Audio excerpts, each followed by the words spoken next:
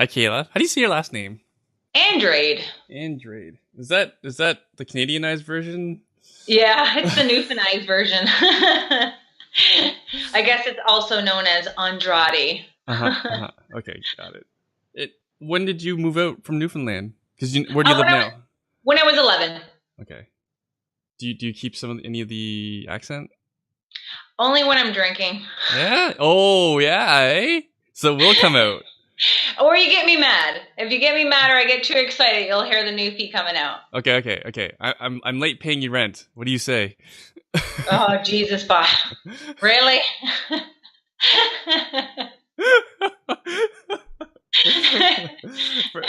Just so the listeners know, I haven't prepared Kayla for anything. So how did this whole Ontario Landlord Watch thing get started? So you're a landlord. Let's start with, actually, let's take that before even the landlord part. Why did you start investing? Investing's hard. Tenants don't We started pay. investing at the age of 18. Okay. My husband's family was into real estate pretty much as soon as they came over from Portugal. His grandfather was, so that's what he was raised on. And I was coming from a family of renters. So at 18, he said, we're buying a semi in Brantford and we're going to rent it out. And then we're going to go and rent an apartment.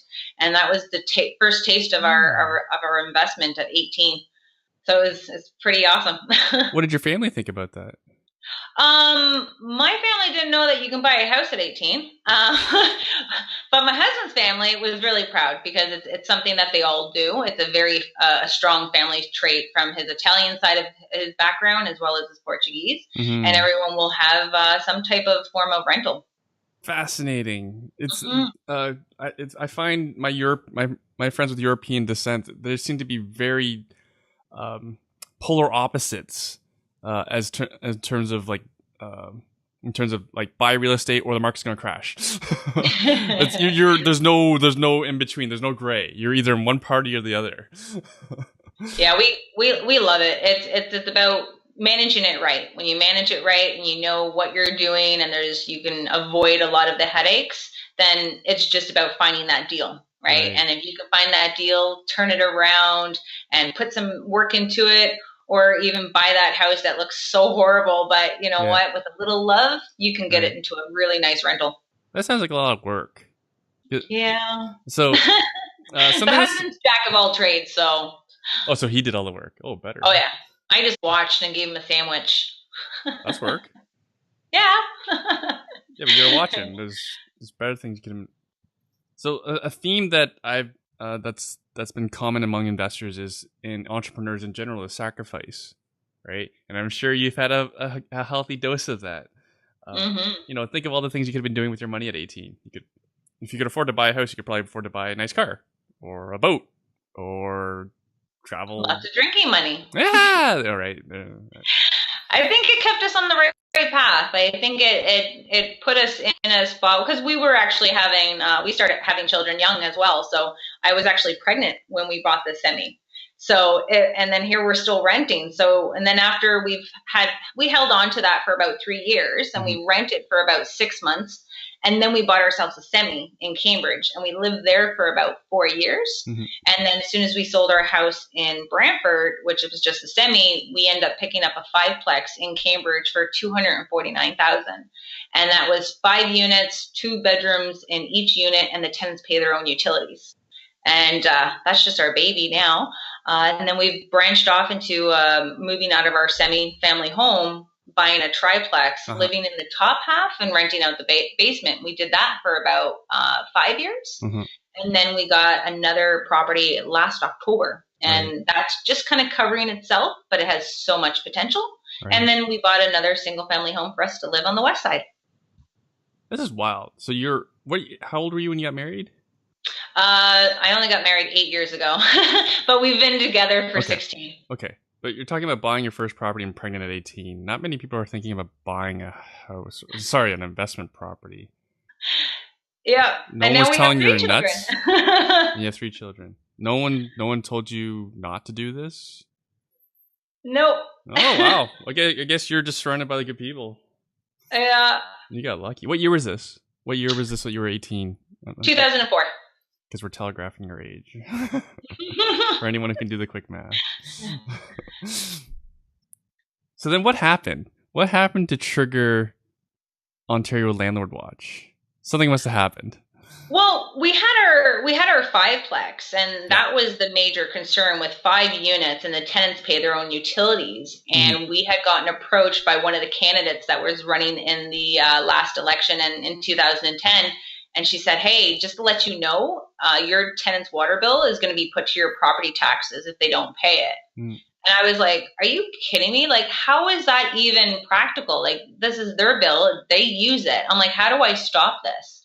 So I had to call to the city, figure out what a councillor was, figure out what a municipality, the municipal act, and it was a whole adventure in just knowing about politics and how things are formed and how policies are implemented. And then I talked to the councillor finally, and she said, "Get as many landlords as you can to come to this meeting and voice your concerns about why the city shouldn't be making you responsible for the tenants' delinquent utility bills." And I'm like, "Well, I only got my family that can come." I said, "How am I supposed to get more landlords?" So I went on Kijiji. I sat there and I was sending messages and I was phone calling, and I said, "Hi guys, I'm calling about your house, or I'm calling about your semi. I'm not calling to rent it. I just want to let you know that the person you do rent it to, if they don't pay their water bill, it's going to be put to your property taxes. You need to get at Cambridge Council on this time and this date, and we need to rally up against this." So we went down to council and we started doing a protest right on their doorsteps. They did send me a letter saying that I couldn't have a protest at City Hall on their doorsteps. And then I called the media, and then the media called the city.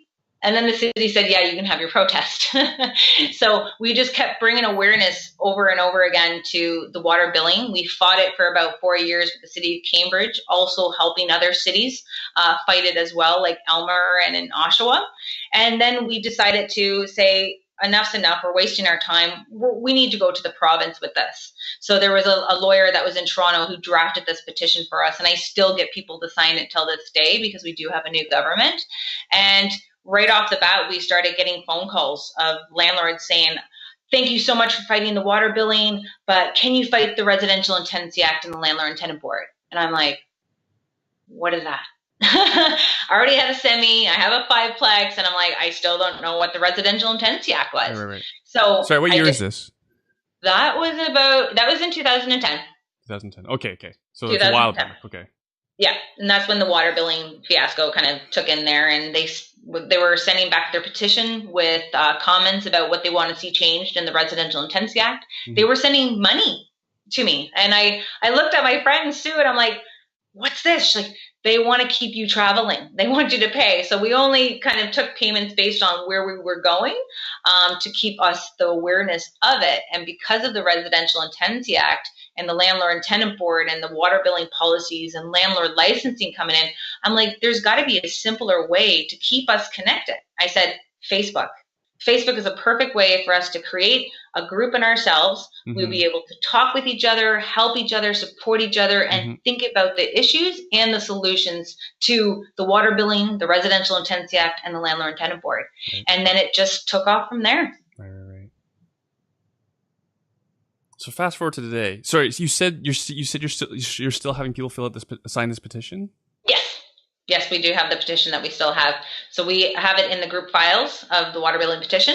I am now starting to travel to different associations and investment groups to do a speech there, and we bring the petition with us once again. Okay. And we're hoping to bring that to our meeting that's going to be coming up in October. Okay. So could you send me a copy and I can bring it to my group? Of course. Yeah. We're expecting 100 people on Saturday, so I'll put on a clipboard and have them pass it around. They'll all sign it. Because this already happened in Hamilton. It's just completely quiet. Just got a letter in the mail, like just a few months ago, about this exact issue you're talking about the water being applied to our property tax that the tenant should not pay for it. And yeah. And you think it's okay, like, because a lot of the counselors will think that you're just going to include the water in with the rent. But if you do that, sometimes if you say that you got a family of 2 and they're going to use $150 but the water is what you predict, landlords usually use 250, or they're just keeping it separate, but landlords are getting stuck with that last bill because the city is not reading the meters as the tenants are leaving fast enough. So it's always getting put to us with fee structures. And I think it was, this policy was made for you, the homeowner, not paying your water bill being put to your property taxes. That makes sense. I don't think they thought about rentals, but it's a gray area, it's a loophole, and I think they're taking advantage of it because they need money. Right. I've seen an investment property. It was for sale, so that's why we saw it. And the tenant put in an above ground pool. So so who paid for that water? Right? So yay. For anyone politician or a listener who's thinking like, oh, that's not a big deal, just to include on your property tax. Yeah. Fill an above ground pool. We'll see. Say you want to pay for that, or you want to let the tenant pay for it, right? And the wastewater that goes with that. They charge you for the wastewater. I have no statistics, but it's kind of common sense that if the tenants like I pay my own hydro bill, I am frugal as heck. I was running around before this call. I found it there. I could hear the air conditioner, so I was yelling downstairs, "Is the air conditioning on?" Like, yeah, it is, obviously. Like, so I'm running around shutting windows, right? If you're not paying hydro, you don't care. It's a vital service. I think we're taking advantage of the fact that, there's an unlimited supply of clean water, and when you don't get a bill, you're not that frugal with it. Yeah. So you just don't care. You're going to take those showers every single day, and you're going to have the water running while you're doing your dishes. And what we're concerned about is that the tenants, if they have a leak of a toilet or their faucet, hey, why tell the landlord? I don't want them here. Exactly. I don't pay for the bill. And now we work on the fact that it could be abused. So if you have to give your tenant an N5 notice and you're already making them mad, they will leave the taps on 24/7 and before they vacate the unit. So they can leave you with a very huge water bill, which it could be like the size of your pool times 4, So that's the overall objective of why we said we're kind of like sitting ducks. But with the water billing, the landlord and tenant board won't deal with it because it's not included within the rent. And then you go to small claims court and they say it's a landlord and tenant issue. So you got to go back to the board. But the board's like, they're not your tenant anymore and it's utility, so we can't touch it. So we have it's a huge mess. It's a huge mess. And we're hoping to, talk with the right people so that we can give them what they need to fix this. Right. And I believe the right word is crisis. We are in the middle of a housing crisis. There are not enough landlords. There is not enough homes and places for tenants to live. Pretty much every market that we follow is around 3% vacancy or way less, or historic lows. And something has to give. So what's been the media's feel? What the politicians you speak to, is this all like news to them, or are they just pro-tenant, or like what is it? Well, affordable housing is on the top of everyone's campaign. Everybody. They have, from a municipal government to provincial and even federal. Federal is trying to talk about housing to be a human right. The province is now tapping into affordable housing and knowing that they need to create more. They want to encourage investors into the industry by giving different type of incentives. We have multiple different types of incentives on the regional level in Cambridge, Kitchener, Waterloo, but it's not encouraging the landlords to take advantage of it because the money that they're trying to offer, landlords can go and get that through a line of credit, pulling out equity. What's stopping them is the RTA, the landlord and tenant board. It's the water billing policy. It's landlord licensing. It's short-term rentals, and it's the lack of rights that landlords have. And there's no support that we have, and And that's where we say, well, let's be that support. Let's help each other as much as we can. But when we have to go into the kangaroo court system, that's usually when the landlords have their hands up and like, I'm done. I'm not doing it no more. Right. I think that the politicians just simply polled the population. How many of you want to be a landlord? And then for the people who say no, give me your top 3 reasons. And I've talked to enough people, and the number one reason always is tenants trash properties, right? That's not necessarily true. The problem, though, is what is your recourse?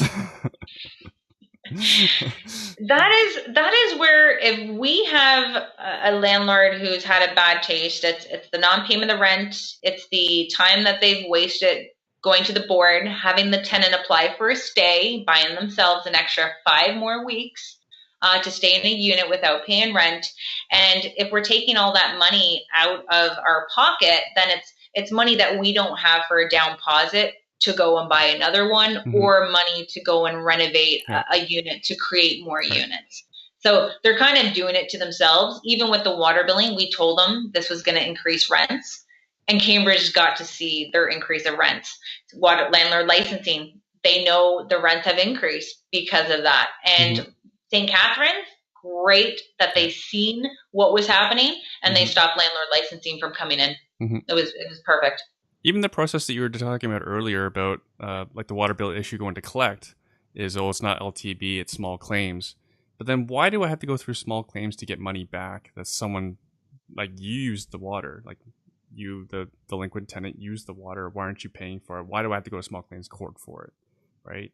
Why isn't the water company going after them themselves? Like, why is this a fall to us? It doesn't make any sense, and it deters landlords, because like the bigger problem, and it's always in the media, is like there's a lot of vacant houses. There are investors, often foreign investors, who will buy swaths of property and leave them vacant. Ask them why. And that's where water is deemed a human right. Now, if you as a tenant who didn't pay your water bill, I don't know how the city would be able to keep your water shut off for that length of time without payment. I think they have to eventually turn it on. It's kind of like the situation that happened in the city of Detroit when they shut off all the people who were not paying and they had to be turned it back on again. It's the same thing where they know they can't shut it off, so they're looking for the next person that has money, that doesn't want their credit affected. They don't want to lien on their property. They don't want any type of fees. So they're going to take advantage of the fact that it's our business. And without water, we wouldn't be able to have a business. I'm like, well, landlords are providing the necessity of housing, first of all.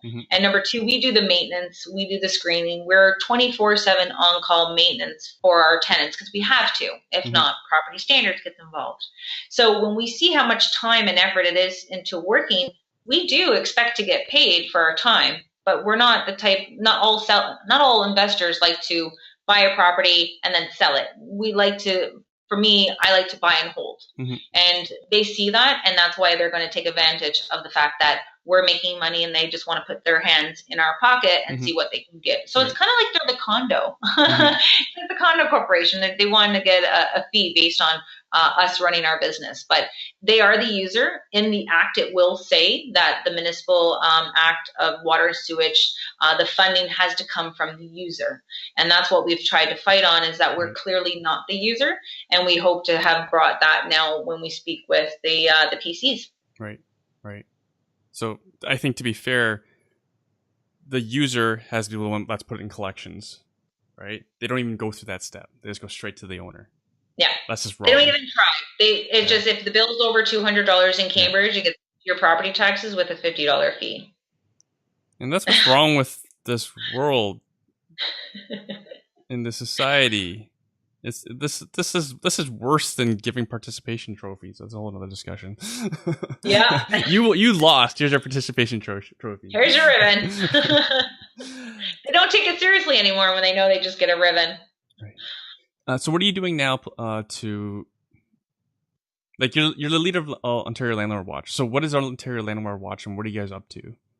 So right now we advocate, because of the municipal election that's coming up. It's very important that we are educating our members on how to advocate and talk to their municipal councillors that are up for re-election or election.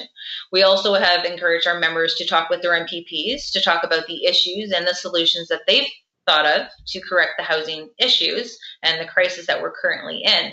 At the same time, we're inviting the presidents of all the landlords associations to attend a meeting with us at Queen's Park.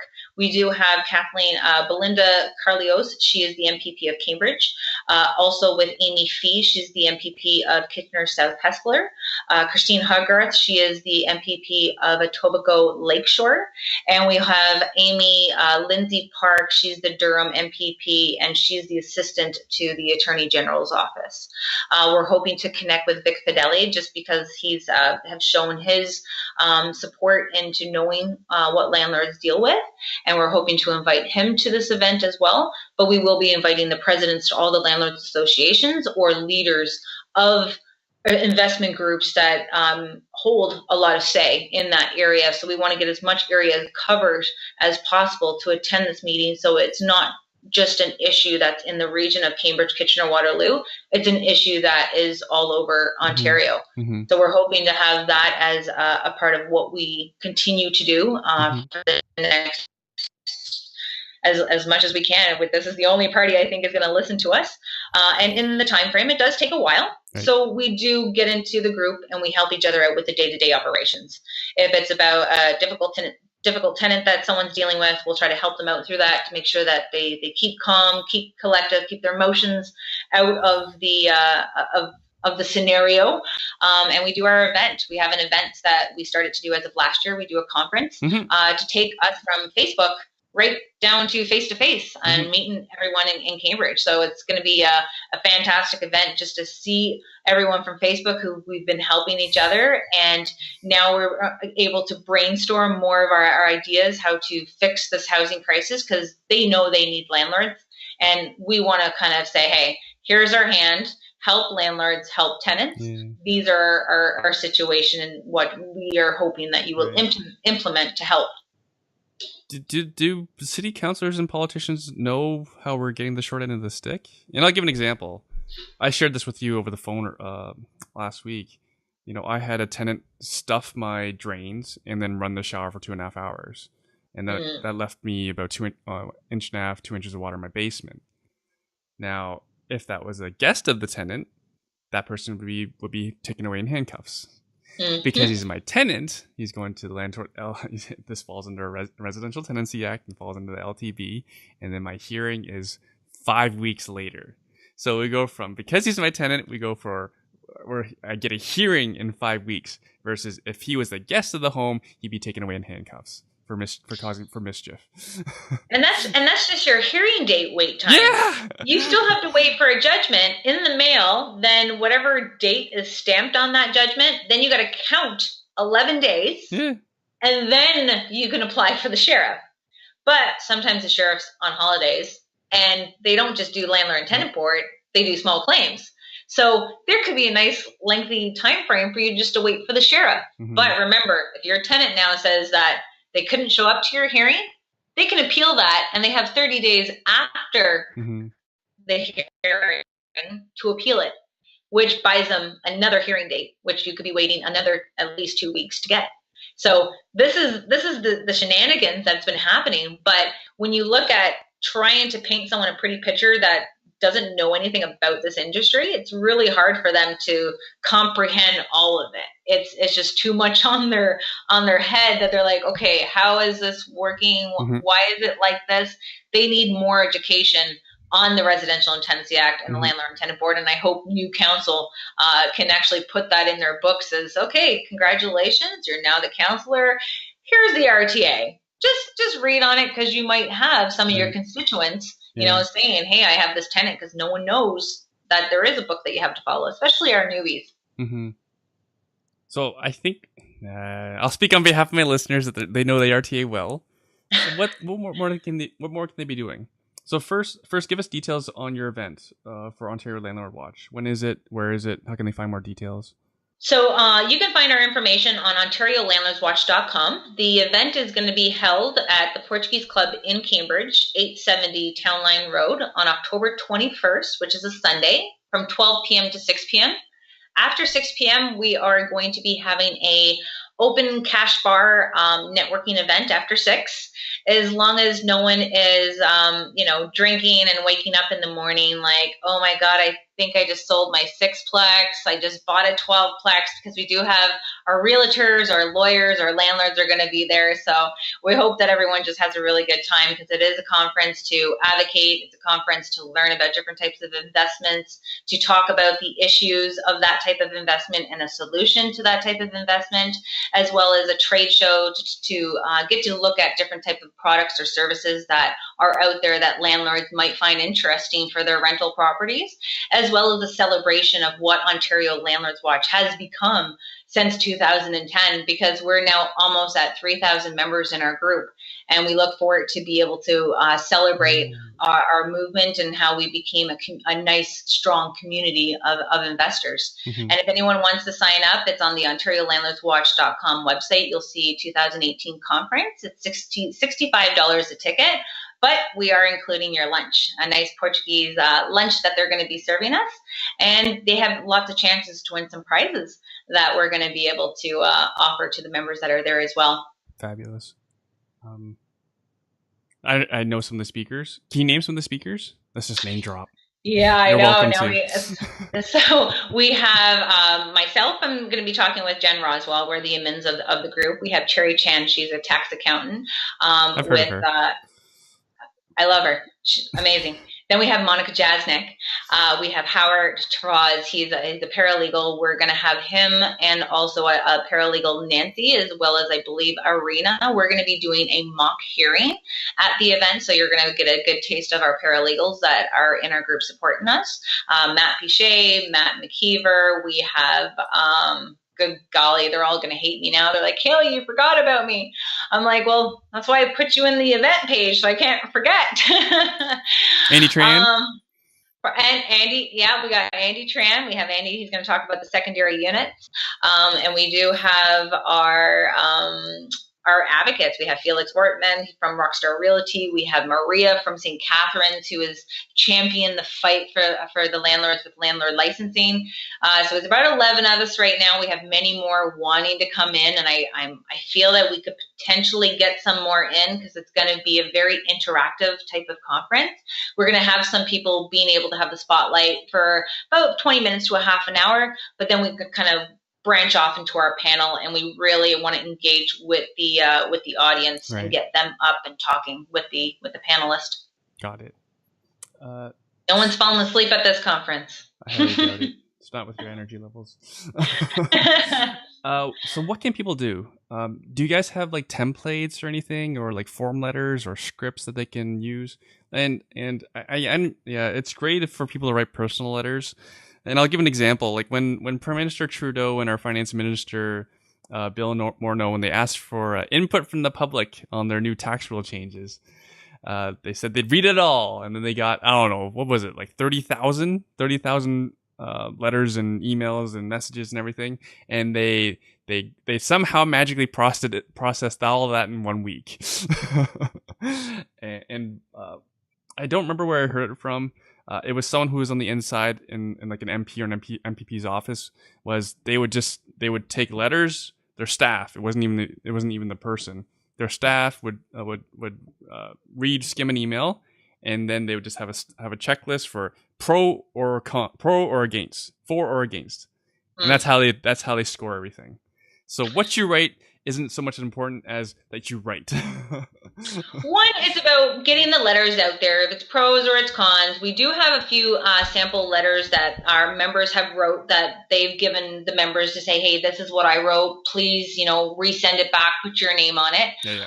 We do have some of them included into our newsletter that we do every month to constantly have it there to let people know this is a template that you can follow. Because sometimes if you're not a writer, you're a little concerned. You don't want to write a letter to their PPs. So we like to give them that information. But the best part that I can tell people is that you're going to call your MPP and you're going to say, I want to have a meeting with you. I want to have this on record, and then tell us about your meeting. And when they go and have the meeting with their MPP, we want them to tell them about Ontario Landlords Watch and tell them to join, what we're discussing in our group, because they need to have a deeper understanding of what landlords are actually dealing with, because this is the cause of our housing crisis. Mm-hmm. And until we start working with the private investors, we're going to see this issue get a lot worse, because there's a lot of articles now talking about Canada to be absolutely horrible for the housing crisis and for the homelessness that we have.